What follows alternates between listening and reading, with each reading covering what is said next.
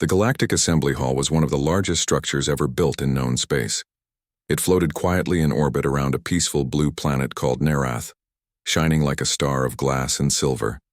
Inside its great dome, 1,000 lights glimmered across the marble floor as representatives from dozens of species filled the hall.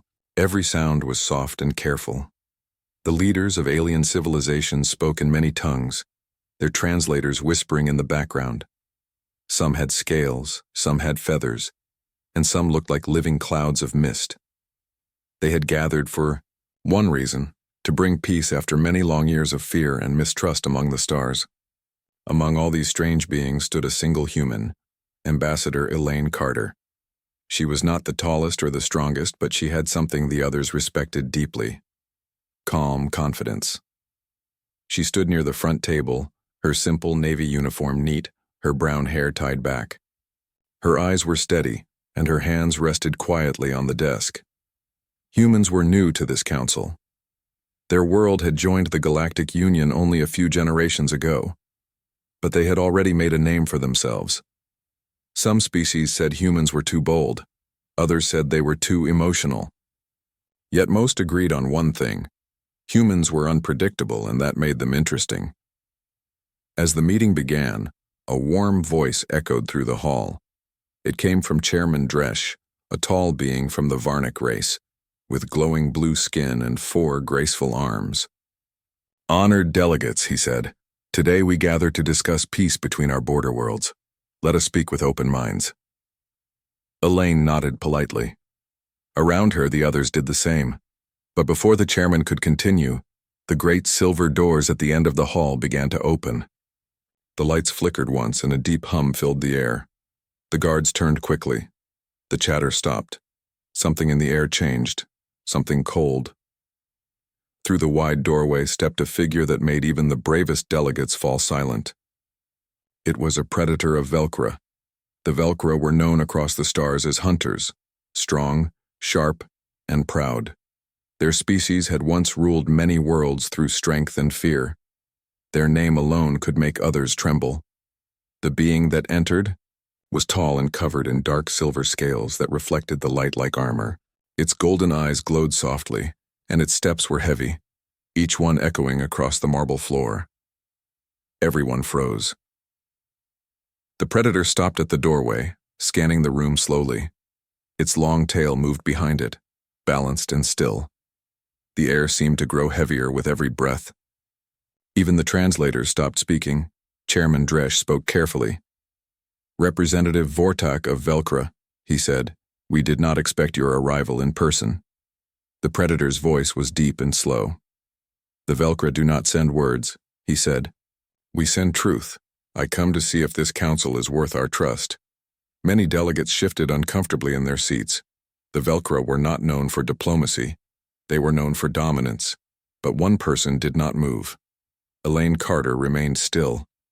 She looked at the predator with calm eyes, not with fear, not with defiance, just quiet curiosity. Vortak noticed her immediately. His sharp eyes narrowed slightly. He had met humans before, mostly soldiers or traders, but this one was different. She did not reach for a weapon, nor did she lower her head. In that silent moment, something strange happened. Every eye in the room turned toward her. The smallest being in the chamber had become the center of attention. Chairman Dresch cleared his throat, unsure how to continue. "Ambassador Carter," he said softly, "perhaps you could speak to our guest." Elaine turned her head slightly, her voice steady and gentle. "Of course." She looked at Vortak and gave a small nod of respect. "Welcome, representative of Velcra. You honor us with your presence." Her tone was kind, but firm. She neither flattered nor feared him. Vortak studied her, then slowly walked forward.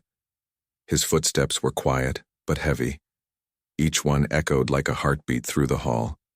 He stopped only a few steps away from her table. "You do not fear me," he said finally. His voice was low, almost like a growl, but it carried curiosity. Elaine smiled softly. "Fear is a choice," she replied.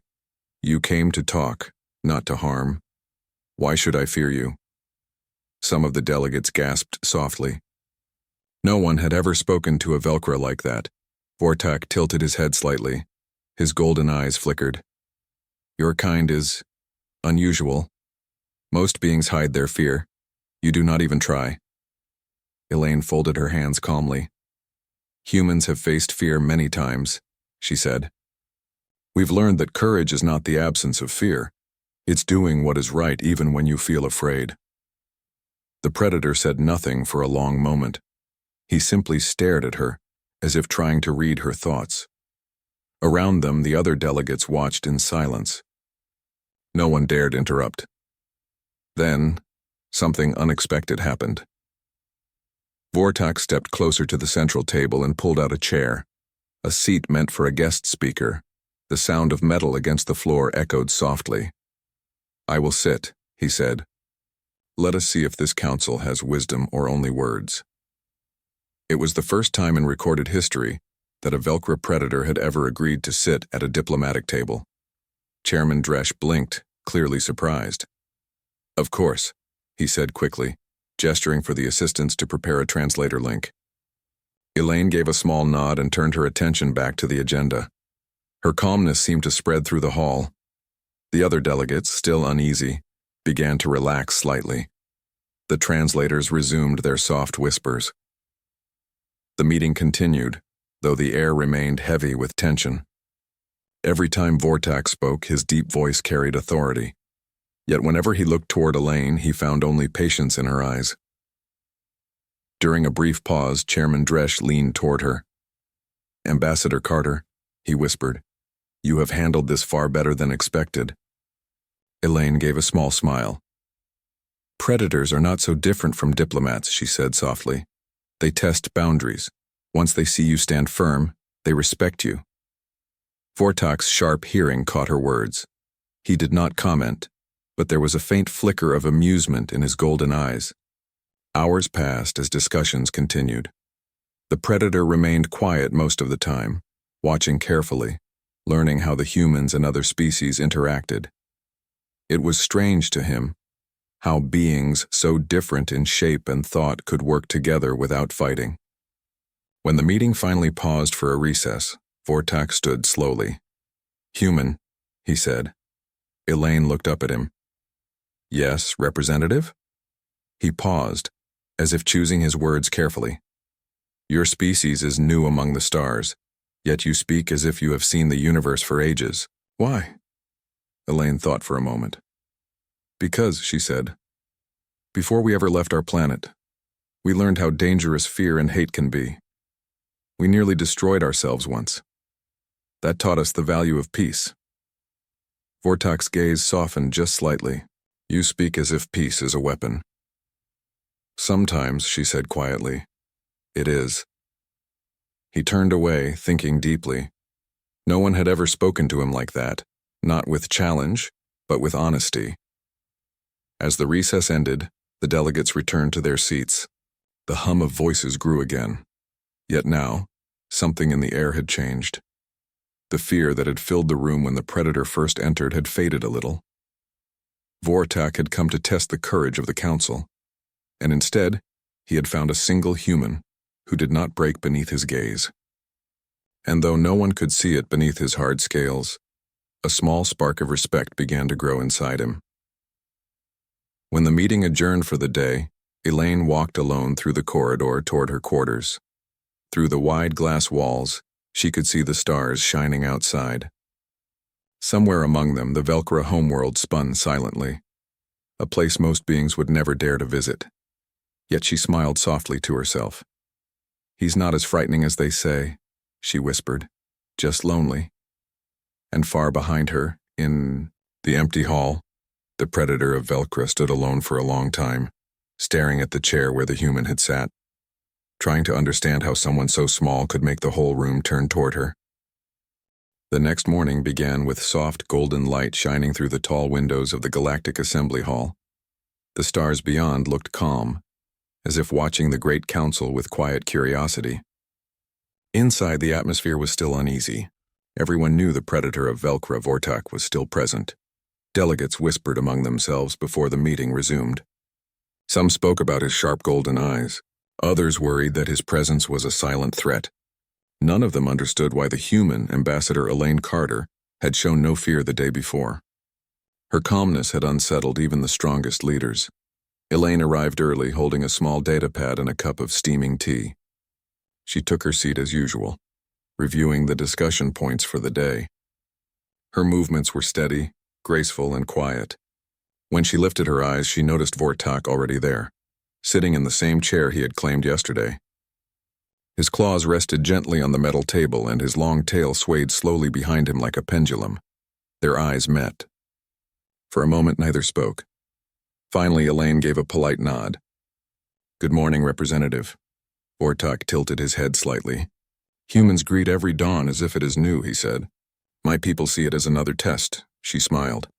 "Then I wish you a successful test today."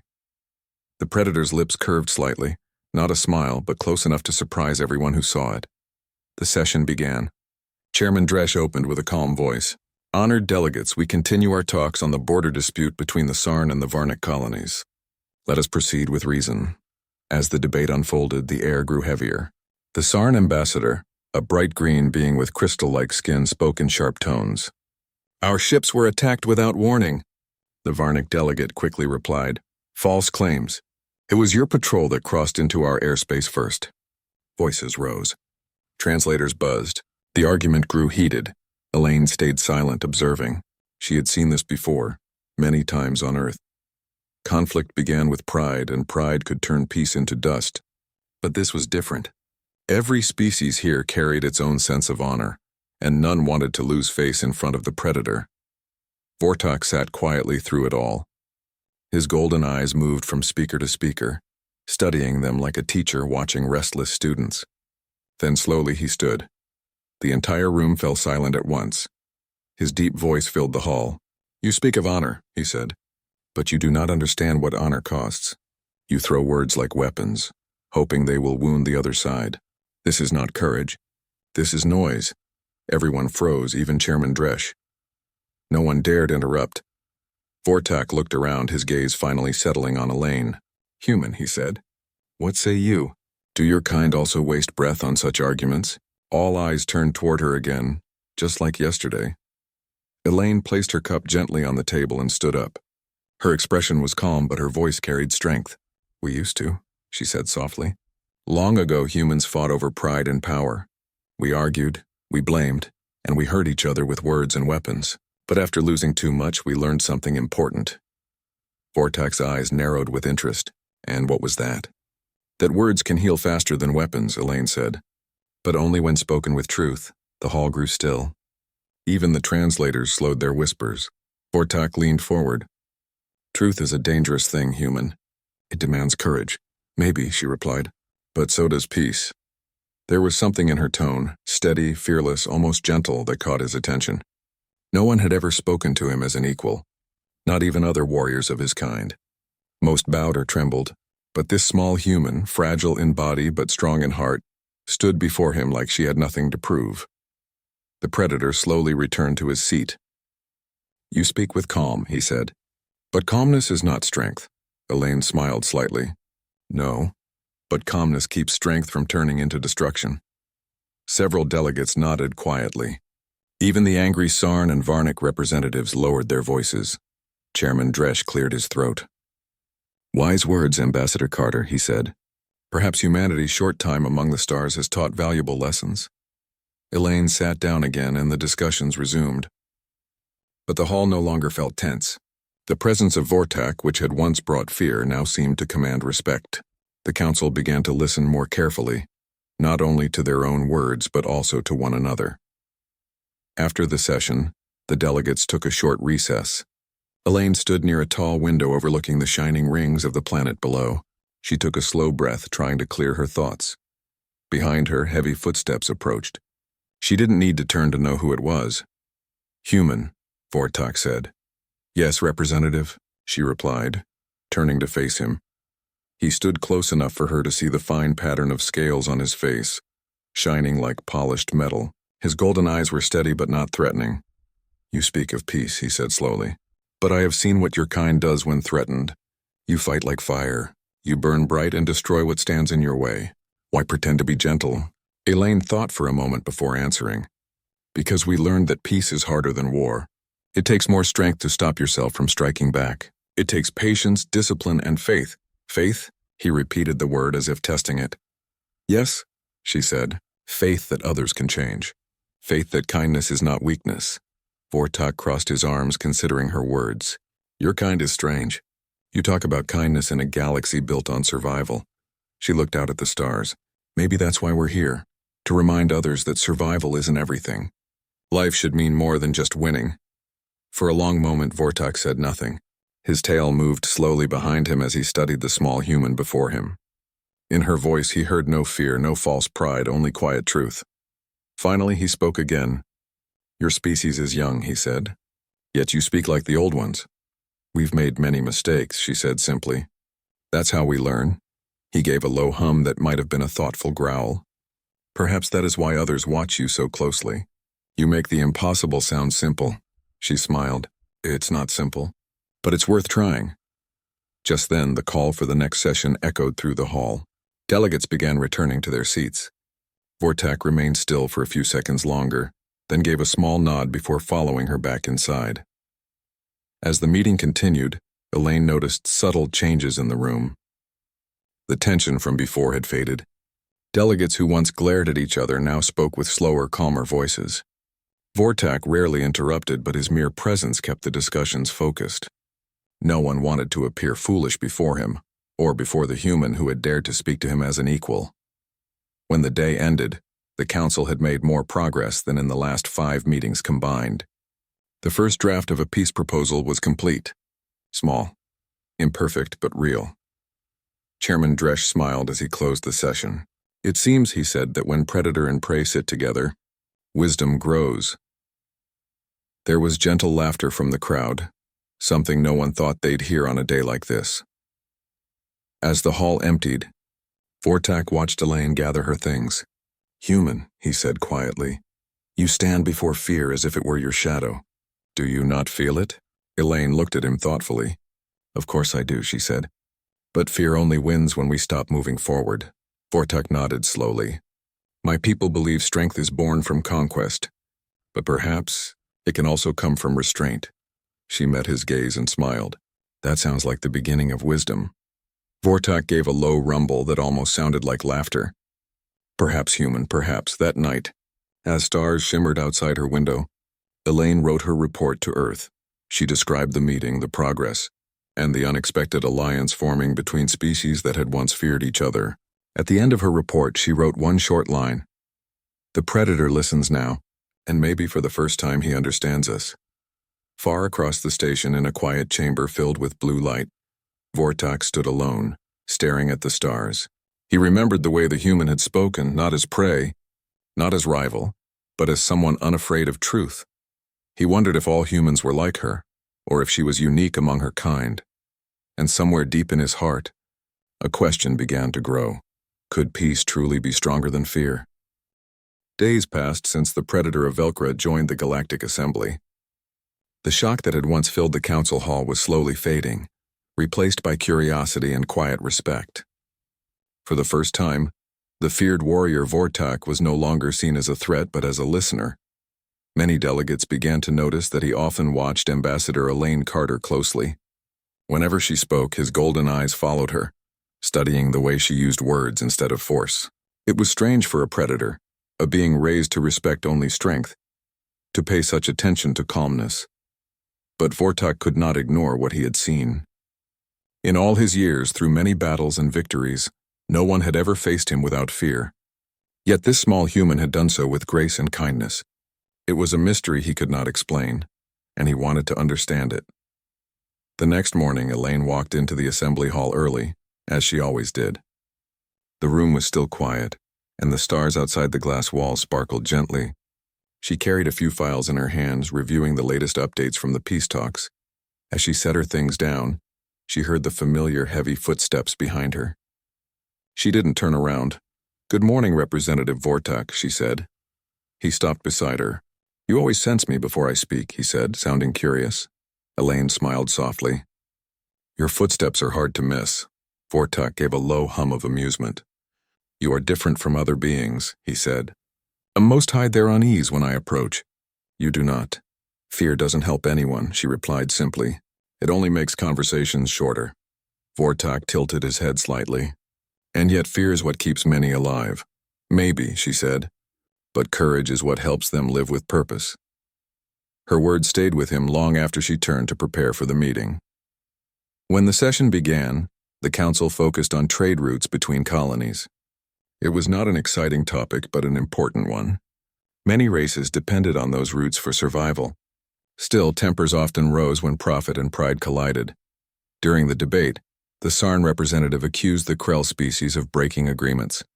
The Krell replied in anger. Voices grew louder, echoing in the Great Dome. Vortak finally stood up. Enough, he said firmly. His deep voice silenced everyone. You fight over trade while your people go hungry. Is this your idea of wisdom? The room went quiet. The Krell delegate bowed his head slightly. Elaine took the moment to speak. Representative Vortak is right, she said. Every world in this hall has struggled, but when one grows stronger by making others weaker, no one wins. Trade should be about helping both sides grow. The delegates listened carefully. There was something in her voice, calm yet commanding, that made others trust her. Chairman Dresch nodded. Ambassador Carter's suggestion is reasonable. Let us draft a shared trade plan. As the council worked, Vortak kept his eyes on her. He had expected humans to be clever but not wise. He had heard stories of their wars and their ambition. Yet this human seemed guided by something else, a deep understanding of others. After the meeting, he approached her again. Human, he said. May I ask a question? Elaine turned to him. Of course. He studied her for a long moment before speaking. You speak of peace as if it is simple. But peace requires sacrifice. What have your people sacrificed for it? Elaine looked out at the stars beyond the window. Her expression softened. Everything, she said quietly. We almost destroyed our planet once. The air grew dark. The oceans turned against us, and our nations fought until there was almost nothing left. But when we saw what we were losing, our children, our home, we changed. We learned the value of peace the hardest way possible. Vortak's eyes glowed softly. You mean your kind learned through pain? Yes, she said. Pain can destroy or teach. We chose to learn. He nodded slowly. And now you teach others? Elaine smiled faintly. If they'll listen. Vortak was silent for a while. Her story stirred something inside him, a strange feeling he couldn't name. He had always believed strength was born from victory, but this human spoke of strength born from mistakes. That was a lesson he had never heard before. Later that evening, when the hall emptied, Vortak remained alone, sitting in the quiet. His claws traced the smooth surface of the table. He remembered his own world, Velcra, a planet of storms and stone. His people had always believed survival came from conquest. To show mercy was weakness. To hesitate was death. Yet now, in this place of light and diplomacy, a small human had shown him something different. He spoke softly to himself. How can one so fragile have a heart so strong? The next day, the assembly hosted a cultural exchange, a chance for each species to share part of their home's traditions. It was meant to build trust and friendship. Many delegates brought holograms of art, music, or symbols from their worlds. When it was humanity's turn, Elaine stepped forward. Our world is filled with many differences, she said. Different languages, colors, beliefs. But one thing unites us, our hope. She tapped her datapad and the lights dimmed. A projection appeared in the center of the hall. Images of Earth. Blue oceans, green forests, white clouds swirling above. Then came pictures of people. Children smiling, families helping each other after storms. Astronauts reaching for the stars. Her voice was soft as she spoke. We learned that even when the world feels broken, hope can rebuild it. That is the secret of humanity. We never stop trying. The room was silent. Even those who didn't fully understand human ways felt the warmth in her words. Vortak watched the images closely. He saw fragile creatures standing against floods and fires, yet refusing to surrender. He saw them reach beyond their limits, building ships to touch the stars. There was no fear in their faces, only determination. For the first time in his life, the Predator felt something he had never known before. Admiration. When the lights came back, he stood slowly. Human, he said, his deep voice echoing through the hall. Your people may be young, but your hearts are older than many who came before. You carry fire that does not destroy, it warms. Elaine bowed her head politely. Thank you, Representative. He paused, then asked quietly, Do you think that fire can change the galaxy? She smiled gently. Only if others believe it can. That night, rumors spread quickly across the station. Delegates whispered that the predator of Velcra had praised a human before the entire assembly. Many couldn't believe it. Some said the predator was changing. Others thought he had been outmatched by human cleverness. But the truth was simpler. Vortak had begun to understand something his people never taught him. That strength and kindness could live in the same heart. In his private chamber, he stared out at the stars and remembered his old training. His mentor had once told him, to rule is to conquer. But now he wondered, what if to rule was to protect? The next morning he visited Elaine's quarters without warning. She opened the door, surprised but not alarmed. Representative Vortak, she said with a smile. To what do I owe this visit? He looked around the small room, simple with only a few books, a plant, and a hologram of Earth on the wall. You live simply, he said. I like peace and quiet, she replied. It helps me think. He folded his arms. You said your people learned from pain. Then tell me, human, what happens when peace is challenged again? When the next war comes. Elaine met his gaze. Then we face it together. Peace doesn't mean weakness, Vortak. It means we fight only when there's no other choice, and even then we remember why we must stop. Her words struck him deeply. He saw no arrogance in her, no false pride, just a deep understanding of struggle and hope. Finally, he said, You are unlike any warrior I have met. She smiled softly. That's because I'm not one. Perhaps, he said, but you have the heart of one. For a long moment they stood in silence. Two very different beings sharing the same thought. Perhaps the galaxy did not need more conquerors. Perhaps it needed more listeners. As the day ended, Elaine walked alone to the observation deck. The stars outside glowed like endless candles in the dark. Behind her, she heard Vortak's voice one last time before he left for the night. You said humans never stop trying, he said. Then I will try too. I will try to understand your way. Elaine turned and smiled. That's all anyone can do, Representative. Try and keep trying. Vortak nodded once and walked away, his heavy steps fading into silence. And in that quiet moment, as she looked out at the stars, Elaine realized that the secret of humanity was not just courage or hope. It was the power to inspire others to change, even a predator. The assembly hall was quieter than usual that morning. Delegates moved with cautious steps, and a strange tension hung in the air. Even with the progress of the past days, old rivalries had not completely faded. Some species still whispered behind screens, quietly preparing their arguments for the day. Elaine Carter entered as usual, holding her datapad. Her calm expression did not betray any worry, though she sensed the tension immediately. She glanced at the far end of the hall and saw Vortak, the predator of Velcra, already seated. His golden eyes followed every delegate as they entered.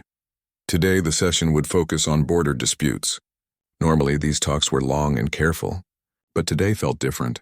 There was a subtle electricity in the air, as if the stars themselves had leaned closer to see what would happen. The discussion began with the usual formality. Chairman Dresch spoke in his gentle, even voice. Delegates, today we address disagreements over the frontier systems. Let all sides speak honestly and with patience. Immediately the tension returned. The Sarn ambassador, whose green crystalline skin shimmered under the lights, spoke first. Our patrols were obstructed by Krell ships last cycle. This is unacceptable. The Krell representative, a being of soft amber light, responded quickly. We only moved to protect our trade routes. Your patrol violated agreements. Voices rose. The translators struggled to keep up. The room buzzed with anger. Delegates pointed fingers. Some even leaned forward as if to shout. Vortak's presence made the room fall silent suddenly. Every being felt the weight of his gaze. He stood slowly, each movement deliberate. His tail curled behind him like a living shadow, and the room seemed to shrink in his silent command. Enough, he growled. The sound of his voice made even the most aggressive speakers pause. You fight over lines and borders while your people go hungry. This is not wisdom. It is fear disguised as argument. The room fell utterly silent, Delegates lowered their eyes. No one had dared to challenge him before, and now even the fiercest voices were muted. Then he turned, and as always, his gaze found Elaine. "Human," he said, "speak." All eyes turned toward her. Once again, the small human was the center of attention. She rose slowly, placing her datapad carefully on the table. Her voice was calm, carrying neither anger nor fear. "We all want safety," she began. "We all want peace for our people. But safety does not come from walls, weapons, or loud arguments. Safety comes from understanding." The delegates leaned in, captivated by her presence. Vortak's golden eyes reflected curiosity. The Predator had seen strength, he had seen cunning, and he had seen fear, but this calmness, this simple clarity, was unlike anything he had experienced. Elaine continued, "On Earth, humans once fought over lands and resources. We argued until our world nearly destroyed itself. We built walls, we built armies, and we lost sight of what mattered most. Only when we learned to listen, to understand, did we survive. Only then did we grow stronger, not by taking from others, but by working with them." A low murmur ran through the hall. Even the most stubborn delegates could not ignore the quiet truth in her words. Vortak inclined his head slightly. "And your people learned this through failure?" he asked. "Yes," she replied simply. "Failure teaches more than success ever could. But courage to change, that is what makes us strong." There was a pause. The Sarn ambassador and the Krell representative both lowered their heads, caught off guard by her reasoning. Vortak's eyes glowed faintly as he considered her words. Finally he spoke. "Your species is strange. You wield words like weapons but also like shields. I have faced many who would kill for power. Yours do not fear me, and you speak truth." "Why?" Elaine smiled gently. "Because fear only controls you if you allow it. We face danger not by denying it, but by understanding it. That is how we survive. That is how we lead." Vortak studied her for a long moment, his tail curling slowly behind him. He had never met a creature like this human before. She was small in size, yes, but her spirit was vast, unyielding, and clear. Even in a room full of towering leaders, she commanded attention not through fear, but through calm strength. The room held its breath. Every being, from the smallest feathered delegate to the largest armored ones, waited for the Predator's response. Finally, Vortak lowered himself into his seat. The tension in the hall eased just slightly. The Predator, who had once entered with an air of threat, now listened, silent but attentive. The rest of the meeting progressed differently than anyone expected. Delegates began to speak with more care.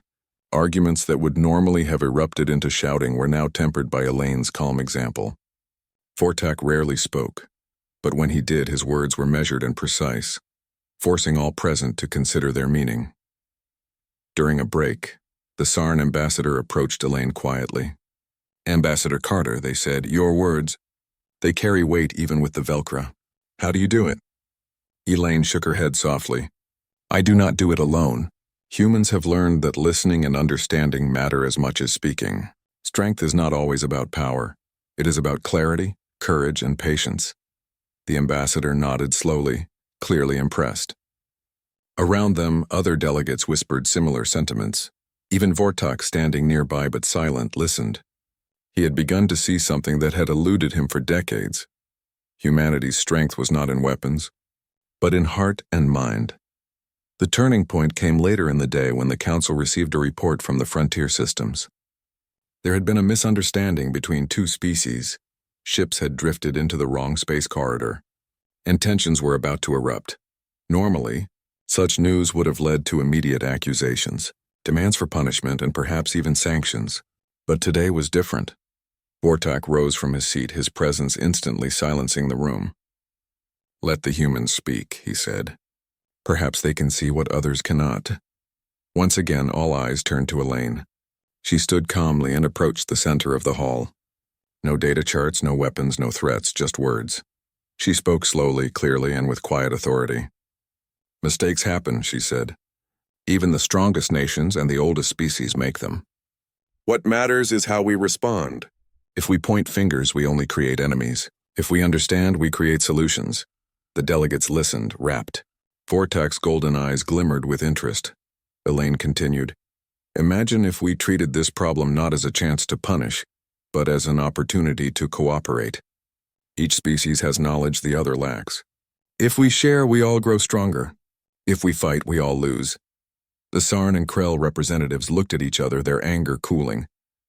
Even the smallest delegates nodded in agreement. The energy of fear and mistrust that had filled the hall for so long began to dissipate. Finally, Vortak spoke. "Human," he said slowly, "your species has courage in ways my kind does not understand. You do not lead with fear. You lead with truth. I respect this." For a predator to speak such words publicly was unheard of.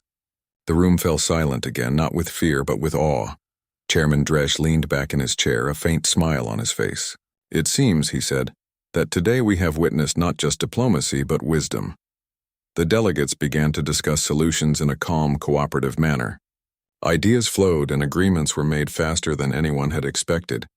The first draft of a new border treaty was completed before the end of the day, balanced, fair, and carefully considered.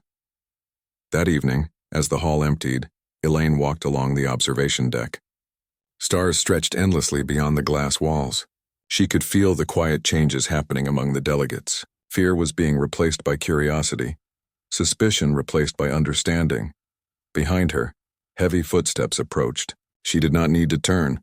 "Human," Vortak said. "Yes?" she asked. "You have changed the council today," he said quietly. "Without weapons, without threats, you do this. Naturally?"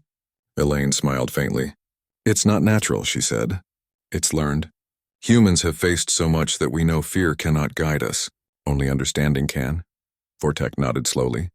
"Perhaps my kind has much to learn from yours." She looked out at the stars, her eyes calm and thoughtful. "Every species has something to teach," she said. "But sometimes it takes someone willing to listen." The predator stayed beside her, silent but attentive. For the first time, he wondered if survival alone was enough. Perhaps the galaxy needed more than strong hunters. It needed understanding, courage, and hearts that could inspire others. And so, the turning point was complete. A room that had been filled with tension, fear, and rivalry now hummed with hope. Not because a predator had been tamed, but because a human had shown that courage and clarity could turn even the most dangerous presence into an ally. Vortak would never forget this day, the day he learned that strength could take many forms. And Elaine Carter continued her quiet work, knowing that sometimes the smallest voice in the room could carry the heaviest truth. The Galactic Assembly Hall was quiet in the early hours, the soft hum of distant ships and the glow of stars outside casting long shadows across the polished floors. For many, it had become a place of great tension and long debates. But for those who had witnessed the recent days, it had also become a place where something extraordinary had begun to unfold. At the center of this change was Ambassador Elaine Carter, the human who had faced a predator without fear, whose calm words had transformed fear into understanding. Today the hall seemed to hold its breath in anticipation of the final session, the one that would seal a treaty meant to last generations. Elaine entered as usual, carrying a few data pads and notes. Her expression was calm, almost serene, as if she were walking through her own home rather than the most important political chamber in the galaxy. Behind her, Vortak, the predator of Velcra, followed silently. The golden glow of his eyes reflected both thoughtfulness and respect. As the session began, Chairman Dresch spoke in his gentle, commanding voice. "Honored delegates, we gather today not merely to discuss borders or trade routes, but to create a lasting promise of cooperation. Let wisdom guide your words as it has done in the past days." The room, once tense with anger and suspicion, now carried a quiet energy of hope. Delegates who had once shouted and pointed fingers now spoke with measured tones. Yet there were still moments of disagreement, small sparks of old rivalries waiting for someone to calm them. Elaine rose first. "Delegates," she began, her voice carrying clearly across the hall, "we have all come here because we share one desire, to protect our people and to create a future where no one lives in fear. Today we have a choice. We can let pride and old habits divide us, or we can work together to build something greater than any one species alone." The room grew silent. Eyes shifted to Vortak, who sat quietly, his presence commanding attention. Even among the most powerful leaders, no one dared speak over the predator. And when he finally spoke, his words were measured and deliberate. "Human," he said, "your kind has shown what others have not. You teach through calm, not threats. You show that courage does not always roar. It can be quiet and steady. I am learning from you, Elaine smiled gently, and I am learning from you too, Representative. Strength has many forms, and wisdom often comes from listening before acting. The room seemed to shimmer with the weight of their exchange. For the first time, delegates from all sides truly listened, not just to words but to the meaning behind them. When it came time to finalize the treaty, the usual debates over clauses and penalties arose. The Sarn ambassador and the Krell representative still disagreed over resource rights. Normally, this would have led to hours of shouting and mistrust, but today something was different. Vortak rose, his tall frame casting a shadow over the room. Listen, he said, his voice deep and firm. I have observed this council for cycles. I have seen fear, pride, and anger, and I have seen one human speak with courage and clarity. Hear her words. Cooperation is not weakness. It is the greatest strength. Elaine stepped forward again. We all want peace. Not because it is easy, but because it is the only way our people will thrive. Let us focus on what unites us, not what divides us. If we listen, we can find solutions that honor everyone. Delegates hesitated, then slowly, one by one, began to nod. Arguments softened into suggestions. Accusations softened into questions. And suspicion gave way to collaboration. By the end of the day, a historic treaty had been signed. It was fair, balanced, and carefully considered. It promised shared borders, trade agreements, and cooperative security measures. But more than that, it represented something greater, a new understanding between species. Vortak, the predator who had entered the room with fear and power in his steps, had now signed the treaty first. Every delegate turned to witness it, and many quietly marveled at the transformation. After the session, the hall emptied, and Elaine walked toward the observation deck. The stars stretched endlessly outside, shimmering like a sea of diamonds. Vortak followed, his massive form moving quietly beside her. You have done something remarkable, he said softly. You have not fought, yet you have commanded respect. You have not threatened, yet you have changed minds. How does your kind do this? Elaine looked at him, her gaze steady. We have learned that fear and strength are not the only ways to influence others. Understanding, patience, and honesty can be even more powerful. If you show respect, even those who are feared will return it. Vortak paused, absorbing her words. Perhaps my kind has much to learn from humans, Elaine smiled. We learn from each other if we are willing. The predator did not speak again. He only stared at the stars, thinking deeply about what he had seen. For the first time, he wondered if the universe might not need conquerors, but guides, listeners, and those who could inspire others to choose better paths. News of the meeting spread quickly across the galaxy. On distant planets and aboard far-off stations, diplomats and citizens alike talked about the human who had faced the predator without fear, who had spoken calm truth and guided a council to peace. Stories of Elaine Carter began to circulate widely. Some said she had tamed the Velcro predator with nothing but words. Others said she reminded every species that courage could be gentle, and strength could be calm. Young diplomats studied her methods. Scientists and strategists wrote reports analyzing her approach. Even the Velcro youth whispered stories about the human who did not flinch before a hunter. And somewhere, in the quiet halls of his home planet, Vortak told the same story to the next generation of Velcro warriors. He spoke not of fear or domination, but of the human who taught him something greater than conquest, understanding and courage. Weeks later, a ceremony was held to commemorate the new treaty. Delegates from across the galaxy returned, bringing gifts, music, and traditions from their worlds. Yet when Vortak entered the hall, every eye once again turned to the human. Elaine stood at the center, her calm presence commanding attention without effort. She greeted every delegate with respect, answering questions and listening carefully. The predator approached and stood beside her, not as a threat but as an ally. Chairman Dresch raised his voice. Today we celebrate not just a treaty but a new beginning. We honor those who have shown courage, wisdom, and the ability to inspire peace. Among them, one stands as an example to all, the human Elaine Carter. The room erupted in applause. Even the most stoic delegates could not hide their admiration. Vortak bowed slightly to her, an unspoken acknowledgement that transcended words. Elaine smiled, though quietly. She knew the work of peace never ended, but for today she allowed herself a moment to feel hope. Hope that the galaxy could change, one choice at a time. Long after the ceremony, the story of the human who faced a predator without fear became legend. Across colonies and starships, in classrooms and council halls, the tale was told and retold. It was said that when a new predator entered a room, all eyes would turn, waiting to see if a human might stand there. One small being with courage, clarity, and a heart that could inspire even the most feared hunters of the galaxy. Elaine continued her work, quietly shaping the future through understanding and dialogue. Vortak became her ally, sharing the lessons of humanity with his people.